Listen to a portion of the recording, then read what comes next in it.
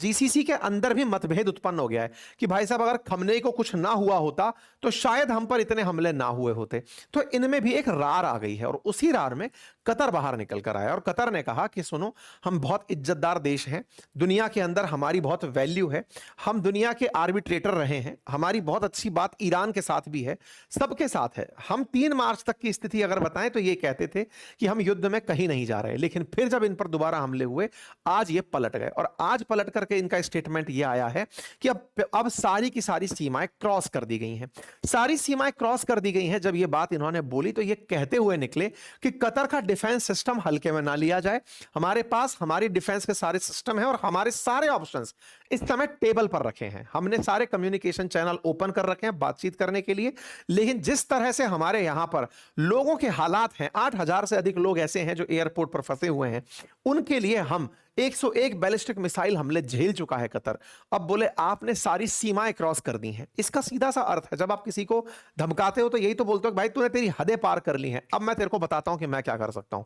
इसीलिए बड़ा सवाल यह बन रहा है कि क्या कतर युद्ध इनिशिएट कर सकता है। कतर का युद्ध इनिशिएट करने का मतलब हुआ कि वो सीधा अमेरिका से कहेगा कि आप अब हमारे बिहाफ पर इन पर हमला कीजिए। तो अमेरिका पर अगर कतर के बिहाफ से हमला हो, अमेरिका अगर कतर के बिहाफ पर हमला करता है ईरान पे, इसका मतलब है कि जो कतर में सेंटकॉम का मुख्यालय है वहां से युद्ध इनिशिएट किया जाएगा और वो जो इनिशिएट हुआ फिर यहां पर गल्फ के हालात बिगड़ जाएंगे। साथ ही साथ में यूएई के बारे में भी यह जानकारी निकल कर आ रही है कि यूएई और जॉर्डन दोनों ने ईरान के जो एनवॉय हैं उनको समन किया, ये कहते हुए कि भैया ये जो हम पर हमले हो रहे हैं इन्हें आप क्यों कर रहे हैं, क्यों हमें निशाना बनाया जा रहा है। लेकिन आज सुबह का अपडेट ये एक्सियोस करके न्यूज मीडिया है, यहां पर लिखा गया है कि यूएई भी अब कंसीडर कर रहा है कि वो ईरान के ऊपर हमला करे और उनके मिसाइल साइट्स का, जहां से मिसाइल हमले हो रहे हैं, उन्हें टारगेट करे। कुल जमा अर्थ ये है, अब तक ये सेल्फ डिफेंस में थे, कारण मैंने बताया, क्योंकि इन्हें डर था कि हमने अगर हमले कर दिए तो हम डायरेक्ट पार्टी बन जाएंगे।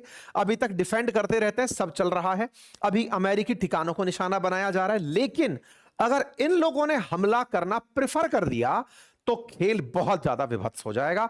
मैं यह मानता हूं कि अगर एक भी फायर यूएई की तरफ से ईरान की तरफ खुल गया तो दुनिया इकोनॉमी में बहुत बड़ा सेटबैक देख सकती है, क्योंकि ईरान दुबई में फिर सिविलियन इलाकों को और उन एयरपोर्ट्स और उन हवाई अड्डों को जो कि यूएई की ताकत हैं उनको निशाना बनाएगा।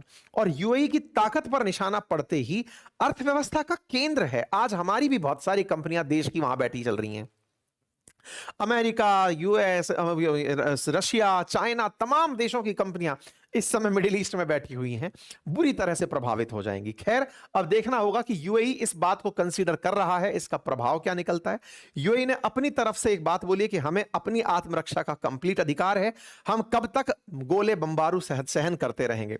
आपको क्या लगता है, अमेरिका इस बात में इनको सपोर्ट करेगा? 100% सपोर्ट करेगा। अमेरिका चाहता है कि तुम लोगों के ऊपर हमले हो, थोड़ा तुम्हारा घमंड नीचे आए, तभी तो जाकर मैं गाजा बसाऊंगा और गाजा बसा करके उसको तुमसे पैसा लेकर के शांत देश बनाऊंगा जहां ईरान नहीं होगा। ये सारी तैयारियां चल रही हैं। मिडिल ईस्ट में जितना भी इन्होंने पैसा कमाया था, अब वो इनके पास उपलब्ध संसाधनों से चर्चा का विषय बन गया। लेकिन अब सवाल यह आता है कि साहब इनके पास मसाला भी है क्या लड़ाई झगड़े का? तो इन लोगों ने हमेशा डिफेंसिव अप्रोच अपनाई। सऊदी अरब ने अपने पास में डिफेंसिव अप्रोच में फाइटर जेट्स वगैरह सब हैं, लेकिन सब थाड़ लेकर बैठे हैं। यूएई थाड़ लेकर बैठा है, सऊदी थाड़ लेकर बैठा है, कतर और कुवैत जो है वो पैट्रियट मिसाइल लेकर बैठे हैं। ये सब अमेरिकी मिसाइलों पर जीवित हैं। थाड़ और ये क्या होते हैं? असल में क्या होता है ना कि जैसे सऊदी है, सऊदी ने थोड़े दिन पहले क्या किया था, मतलब पहले थाड़ और इसको समझे, इससे पहले इस बात को समझते हैं कि अगर कोई बैलिस्टिक मिसाइल या क्रूज मिसाइल आपके किसी एयरबेस पर निशाना बना रही है तो उसे हवा में ही न्यूट्रलाइज करने के लिए बैलिस्टिक डिफेंस मतलब एंटी बैलिस्टिक मिसाइल सिस्टम रखा जाता है। एंटी बैलिस्टिक मिसाइल सिस्टम में उदाहरण में आसान होगा समझना S-400 को, कि S-400 जैसे चाइनीज हमारे पास है, ऐसे इन लोगों ने अमेरिकी S-400 जिसका नाम थाड़ है वो इन लोगों ने अपने यहां अपॉइंट किया हुआ है। अपने यहां पर जैसे आद है यानी कि Akash anti missile system, anti ballistic missile system है, ऐसे इन लोगों के यहां पर पैट्रियट मिसाइल सिस्टम भी है। पैट्रियट भी अमेरिका से इन्होंने परचेज किया है। उसमें क्या है और थार्ड में क्या अंतर है? थार्ड क्या करता है कि लॉन्ग रेंज पर ही न्यूट्रलाइज कर देता है किसी बैलिस्टिक मिसाइल को या किसी फाइटर जेट को। लेकिन जो पैट्रियट मिसाइल सिस्टम है वो शॉर्ट रेंज में, कि अगर कोई मिसाइल निकलकर आगे तक आ गई और बिल्कुल ही गिरने वाली है तो उसको न्यूट्रलाइज करता है। यानी कि आती हुई कोई भी बैलिस्टिक मिसाइल या क्रूज मिसाइल, सामान्यतः क्रूज मिसाइल इनके कंट्रोल से परे रहती हैं क्योंकि वो जमीन के बिल्कुल पैरेलल उड़ के चलती हैं। जब रडार उन्हें ट्रेस नहीं कर पाता कि भाई ये अब हमारे ऊपर गिरने वाली हैं, तो क्रूज मिसाइल सबसे ज्यादा नुकसान पहुंचाने वाली मिसाइलें कंसीडर की जाती हैं। फिर भी हाइपरसोनिक मिसाइल, उनमें इनका रेस्पॉन्स सिस्टम फेल मार जाता है। तो ऐसे में थर्ड और अभी तक मतलब ये जो पैट्रियट मिसाइल सिस्टम है ये इनको सुरक्षा देता आ रहा है और ये सब देश अपने पास यही सब लेकर बैठे हैं। हाल ही में क्या किया, सऊदी अरब ने चाइना से लेजर सिस्टम मंगवाया कि सर मुझे ना लेजर सिस्टम दो, मैं बहुत महंगा पड़ रहा है मेरे लिए ये मिसाइल सिस्टम, क्योंकि एक एक मिसाइल जो इन पैट्रियट में इनमें चलती है मिलियंस ऑफ डॉलर की होती हैं। तो बोले साहब लेजर दे दो, हवा में खत्म कर देंगे। लेकिन ये लोग भूल गए थे चाइना में रेगिस्तान नहीं है जहां पे उसे युद्ध करना है। ये लोग तो रहते रेगिस्तान में है और लेजर के साथ दिक्कत क्या है कि लेजर बीम में अगर किसी भी प्रकार से मतलब डस्ट पार्टिकल फंस गए या हाइपर हीट फंस गई तो लेजर डेविएट हो जा रही है इन लोगों की। तो इनके द्वारा मंगाया गया चाइनीज सिस्टम फेल मारा, तो इन्होंने अमेरिकी सिस्टम थार्ड मंगाया। थार्ड इन्होंने $15 बिलियन के अंदर मंगवाए थे खुद की सुरक्षा के लिए। अभी जो सऊदी के पास थार्ड काम कर रहे हैं वो पर्याप्त मात्रा में नहीं है। ये पूरे टाइम ईरान से अगर हम पर हमला हुआ तो उसकी बचत में अमेरिका से सुरक्षा मांगते आ रहे थे और अमेरिका ने इनको खूब माल बेचा है।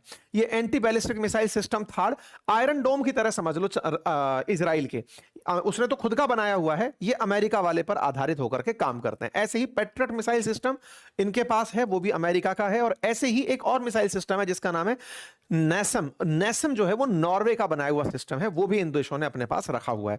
कुल मिलाकर के इनके पास यूएस की मिलिट्री का प्रेजेंस है, इंटेलिजेंस की शेयरिंग है और रीजनल कॉपरेशन है। उसके बावजूद भी ये लोग हमला करने से डरते हैं क्योंकि ये डिफेंसिव रहे हैं कि अगर हम हमला किए तो हम पर नुकसान बहुत होगा। अमेरिका क्या कर रहा है?